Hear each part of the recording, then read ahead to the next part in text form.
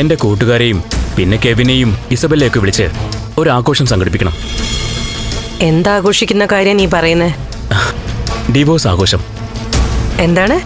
വിവാഹമോചന ആഘോഷം. ദേവികയും നന്ദനും പിരിയുന്നത് നമ്മൾ ഇവിടെ ആഘോഷിക്കുന്നു. അവര് ഡിവോഴ്സായി കഴിഞ്ഞിട്ടായിരിക്കും ഞാൻ എന്റെ ഒളിവ് ജീവിതം മതിയാക്കി പുറം ലോകത്തേക്ക് ഇറങ്ങുന്നത്. വേണ്ട ഋഷി, ആ രീതിയിലൊന്നും ചിന്തിക്കണ്ട. എന്താ? ഞാൻ നിന്നോട് നേരത്തെ തന്നെ പറയുന്നല്ലേ, ചന്ദ്രോത്തുമായിട്ടുള്ള വൈരാഗ്യം അവസാനിപ്പിക്കാൻ. ഞാൻ അന്ന് മുതൽ അമ്മയോടും പറയല്ലേ, എന്ത് വന്നാലും അത് പറ്റില്ലെന്ന്.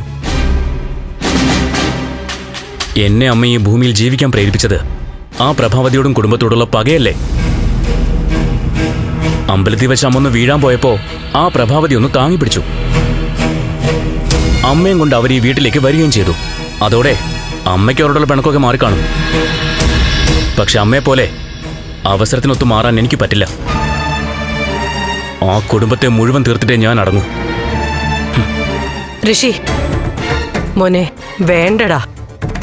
നോക്ക്, നിനക്ക് രണ്ടാം ജന്മം തന്നത് ആ ദേവികയല്ലേ?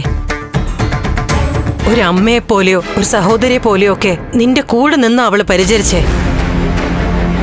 അവളുടെ കുടുംബത്തിലുണ്ടായ പ്രശ്നങ്ങൾ പോലും വകവയ്ക്കാതെയാ നിനക്ക് വേണ്ടി ദേവിക ഓരോന്ന് ചെയ്തേ. അതൊന്നും നീ മറന്നുപോരുത്. പഴയ കാര്യങ്ങൾ പറഞ്ഞ് അമ്മ എന്റെ സെന്റിമെന്റ്സ് ഇളക്കാൻ നോക്കണ്ട മോനെ. അമ്മ എനിക്കതൊന്നും കേൾക്കണ്ട. അതിലും പഴയ കാര്യങ്ങൾ എനിക്കുണ്ട് പറയാൻ. എന്റെ ലീനയുടെ കാര്യം. ലീനയെ തിരിച്ചു തരാൻ അമ്മ ചന്ദ്രോത്തുകാരോട് പറ. ഞാനൊക്കെ അവസാനിപ്പിക്കാം.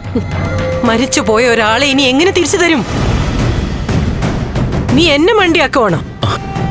അമ്മയെ മണ്ടിയാക്കുന്നത് ഞാനല്ല, ആ ചന്ദ്രോത്തുകാരാ. അമ്പലത്തിൽ വെച്ച് അമ്മയെ താങ്ങിയെടുത്തതും ഇവിടെ കൊണ്ടുവന്ന് കിടത്തിയതൊക്കെ ഒരു നാടകത്തിന്റെ ഭാഗമായിരുന്നു. സ്നേഹം കൂടി നമ്മുടെ വീട്ടിൽ കടന്നുകൂടിയിട്ട് നമ്മളെ ഇല്ലാതാക്കാൻ നോക്കുന്നതിന്റെ തുടക്കമായിരുന്നു അത്. അത് അമ്മയ്ക്ക് മനസ്സിലായിട്ടില്ല, പക്ഷെ എനിക്ക് പിടികിട്ടുന്നുണ്ട്. അങ്ങനെയൊന്നും അല്ല ഋഷി. നോക്ക്, യഥാർത്ഥത്തിൽ നിന്റെ പ്രതികാരം നീ നടത്തി കഴിഞ്ഞില്ലേ? ഇന്ന് ആ കുടുംബത്തിൽ നടക്കുന്ന സംഭവങ്ങൾക്ക് പിന്നിൽ നീയും ഇസബെല്ലയൊക്കെ കൂടി പ്ലാൻ ചെയ്ത കൊലപാതക നാടകമല്ലേ? മതി ഋഷി, അർഹിച്ചതിലും കൂടുതൽ അവർ അനുഭവിച്ചു കഴിഞ്ഞു. ഇനി അവസാനിപ്പിക്കാം. കണ്ടോ, ഏറ്റവും വലിയ ശത്രുവിന് വേണ്ടിയാ അമ്മ ഇപ്പൊ എനിക്കെതിരെ ശബ്ദമുയർത്തുന്നത്. അമ്മയെ സ്വാധീനിക്കാനുള്ള അവരുടെ എല്ലാ ശ്രമങ്ങളും വിജയിച്ചു കഴിഞ്ഞു. പക്ഷെ അമ്മയെ മയക്കെടുത്തതിനുള്ള പകയും ചേർത്തിട്ടേ ഞാൻ അവരോട് പകരം വീട്ടു. ഋഷി, അമ്മ പറയുന്ന അനുസരിക്കടാ. നമുക്കെല്ലാം നല്ല രീതിയിൽ അവസാനിപ്പിക്കാം. നമ്മൾ പകരം ചോദിക്കാതെ തന്നെ ആ കുടുംബം ഏതാണ്ട് തകർച്ചയിൽ തന്നെയാ. നമുക്ക് മാറാം, വിട്ടേക്കാം. പൂർണ്ണമായും അവരെ നശിച്ചു കണ്ടിട്ടേ ഞാൻ എന്റെ പ്രതികാരം അവസാനിപ്പിക്കൂ.